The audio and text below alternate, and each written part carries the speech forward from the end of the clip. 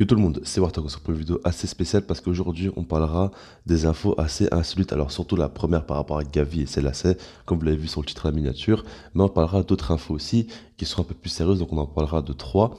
Et c'est un petit format que j'ai pas l'habitude de faire, mais là je pense vraiment que ça peut être intéressant. C'est pas me dire dans les commentaires si vous aimez ou non, d'ailleurs si vous aimez, mettez un like, ça fait plaisir tout simplement. On va commencer donc par la première, par rapport à Gavi. Alors là franchement c'est rien de spécial, mais je trouve ça assez fou parce que comme vous le savez, ceux qui regardent les matchs, vous savez très bien qu'à chaque fois que Gavi joue, que ce soit avec le Barça, avec l'Espagne, tout le temps, c'est la son défait.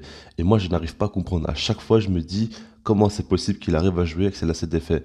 Déjà, moi, quand je marche dans la rue, mes lacets sont défaits, je suis pas à l'aise. Je me sens obligé de les faire et tout ça. Mais alors, lui, il joue un match de foot, je sais pas moi, en première division, avec le Barça, avec l'Espagne, des matchs importants, tout ça.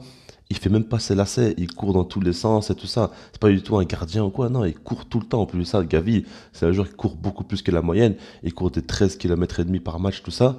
Et pourtant, il fait pas ses lacets. Alors la raison, elle est simple, c'est un journaliste qui le connaît bien qui l'a dit qu'en gros, Gavi ne sait tout simplement pas très bien faire ses lacets. Donc du coup, à chaque fois, il se défait.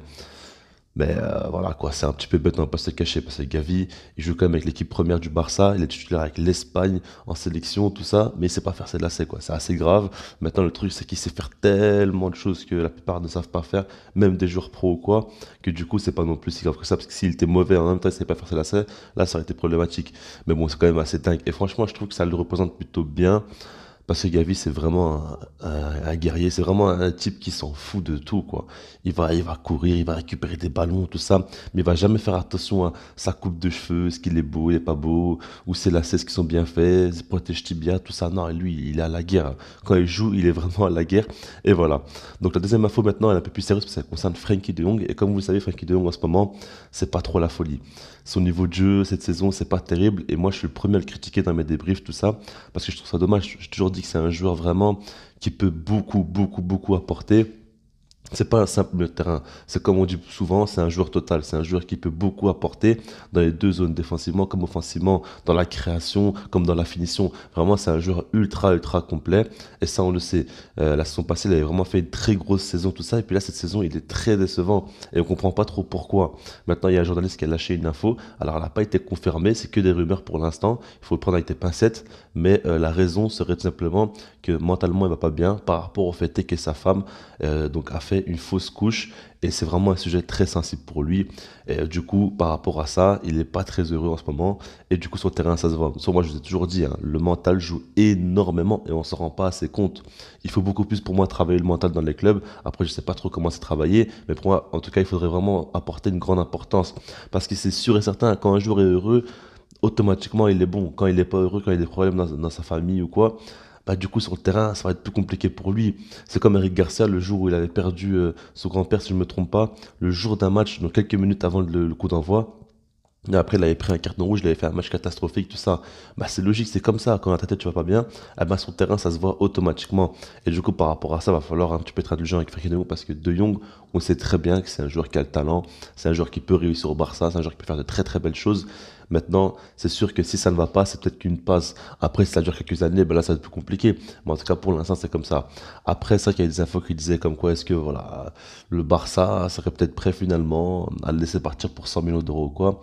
On va pas se le cacher. Si le Barça reçoit plus de 100 millions d'euros, c'est dur de refuser. Alors certains vont dire oui, comment on le remplace, tout ça. Maintenant, il faut arrêter au bout d'un moment. Si jamais jusqu'à la fin de la saison, il apporte rien comme ça, et si des Gavi ou quoi apportent plus, ce serait bien. Après, je comprends totalement les gens qui disent que oui, il est dans un âge assez intéressant et le Barça manque de joueurs comme ça, de 24, 25 ans, tout ça. Il y a trop de jeunes ou bien de trentenaires et tout ça.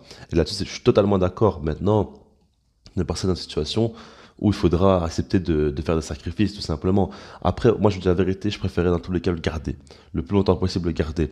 Maintenant, ça va être dur de résister à une offre de plus de 100 millions d'euros pour Frenkie de Jong. Après, voilà. Là, c'est encore un autre sujet. J'espère que vous n'allez pas trop m'enchaîner dans les commentaires. Mais voilà, on termine la vidéo maintenant. On va parler un petit peu des jeunes, vous allez comprendre. Comme vous le savez, Xavi, depuis qu'il est arrivé, il lance des jeunes, il fait beaucoup, beaucoup confiance même à des jeunes. Mais quand je dis des jeunes, c'est des joueurs de l'équipe B en fait, parce qu'il faudra un peu dissocier les deux. Gavi, c'est un joueur de l'équipe B de base parce qu'il n'a pas encore été inscrit. Maintenant, par exemple, un Dest, il est jeune, mais il est dans l'équipe première, donc on ne le compte pas vraiment.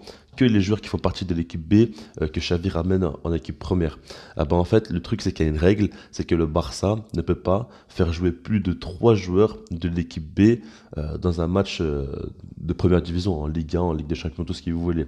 Donc du coup, c'est pour ça qu'en ce moment, par exemple, les trois qui jouent, c'est Jutgla, Abdé et Gavi. Et Nico est constamment sur le banc en ce moment parce que tout simplement il peut pas jouer en fait, c'est ça le truc.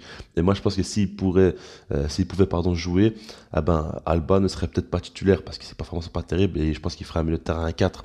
Maintenant, le truc, c'est que la règle, elle bloque un petit peu. Et même, je sais pas si vous avez remarqué, mais souvent Nico rentre à la place de Jutla. C'est parce que tout simplement, il n'y a pas trois joueurs de l'équipe B qui peuvent jouer en même temps. Ça, c'est une règle tout simplement qui dérange beaucoup le Barça parce qu'actuellement, les joueurs de l'équipe B, limite, ils sont plus forts que ceux de l'équipe première. Enfin, ils apportent beaucoup en tout cas. Et du coup, voilà, il va falloir faire des choix. Et tout simplement, quand on sait que Abdé est ultra important dans son profil, délié, tout ça, si on peut avoir Abdé, Dembélé, c'est quand même très intéressant. Quand tu sais que Jutla en neuf, il apporte énormément et qu'il y a des Memphis Depay, Ansu Fati, tout ça qui sont pas là. Et quand tu sais que Gavi est exceptionnel, bah du coup les trois, on est obligé de les faire jouer.